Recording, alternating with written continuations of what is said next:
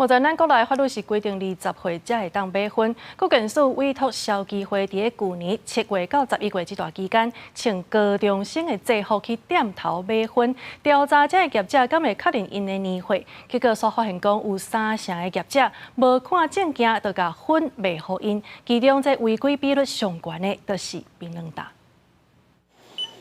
去年3月22日，薰害防治法甲禁止食薰的年龄为18岁提悬到20岁。国检署去年7月到11月，委托消基会的人员请高中学生的制服，假做学生买薰，调查业者敢会要求查证件、确认年岁。结果有3成左右的业者无看证件就直接卖薰互因，内底以槟榔达违规比率上悬有4成3。那未来我们会强化，希望能够透过地方卫生局跟卫生所，那因为他对在地最清楚，那哪一些新的一些卖点或者槟榔摊里面能够加强来做宣导。我们到各个县市去，我们还会去针对刚刚讲的那个有关那个烟品的图文警示的这个部分，然后还有就是针对这个禁烟的地方，哦，就是有些禁烟场所是不是还是有这个吸烟的这样的一个情形？好，针对这部分我们还是会做继续的一个调查。国检署表示，根据研究，囡仔愈早食薰，成年以后成功戒薰的比率就愈低。去年违法卖薰予未成年人，全台计共处罚112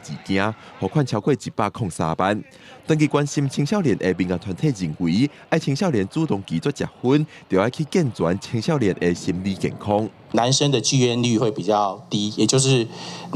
我们常讲，就是抽烟跟那个同侪的因素影响是大的哈。为什么这些孩子需要抽烟，需要电子烟？那他们的生活压力是不是太大了？戴小明认为，少年家较要以人际关系，朋友看得就去，通常是朋友烧酒就捌薰啊。所以建议除了爱落实店头卖薰进前爱问年岁、看证件以外，针对青少年食薰，敢会是因为生活压力、人际关系，致使因有食薰的需求，嘛是未来爱重视的面向。记者郭文林、玉凯台北报道。